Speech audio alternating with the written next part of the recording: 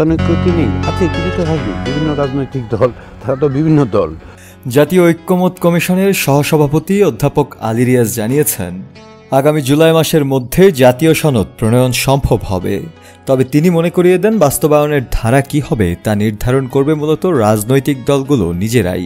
সোমবার ২৬ মে সংসদ ভবনের এলডি হলে আয়োজিত এক সংবাদ সম্মেলনে ঐক্যমত কমিশনের অগ্রগতি নিয়ে কথা বলার সময় তিনি এ মন্তব্য করেন। চলতি বছরের ফেব্রুয়ারিতে অধ্যাপক মোহাম্মদ ইউনূসের নেতৃত্বে জাতীয় ঐক্যমত কমিশন গঠিত হয়। এই কমিশনের মেয়াদ শেষ হবে জুলাই মাসে। ইতিমধ্যেই কমিশন বিভিন্ন রাজনৈতিক দলের সঙ্গে প্রাথমিক পর্যায়ের আলোচনা সম্পন্ন করেছে। অধ্যাপক ইউনূসের নেতৃত্বে এই কমিশনের সঙ্গে যুক্ত রয়েছে সংবিধান সংস্কার কমিশন, নির্বাচন ব্যবস্থা সংস্কার কমিশন, বিচার বিভাগ সংস্কার কমিশন, দুর্নীতি দমন কমিশন সংস্কার কমিশন, পুলিশ সংস্কার কমিশন এবং জনপ্রশাসন সংস্কার কমিশনের প্রধানরা। কমিশনের সহসভাপতি আরও জানান, ১৫ ফেব্রুয়ারি থেকে জাতীয় ঐক্যমত কমিশন আনুষ্ঠানিকভাবে তার কার্যক্রম শুরু করে।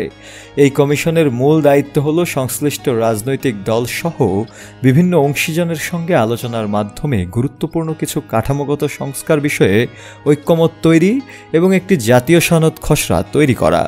অধ্যাপক আলী রিয়াজ বলেন, আমরা আশাবাদী যে রাজনৈতিক দলগুলোর সঙ্গে দ্বিতীয় দফার সংলাপের মধ্য দিয়ে আগামী জুলাই মাসের মধ্যে জাতীয় সনদ প্রস্তুত করা সম্ভব হবে। ৫ আগস্টের গণ অভ্যুত্থানের পর আমাদের সামনে সমাজ, রাষ্ট্র ও আইন কানুনের নতুনভাবে গড়ে তোলার এক ঐতিহাসিক সুযোগ সৃষ্টি হয়েছে।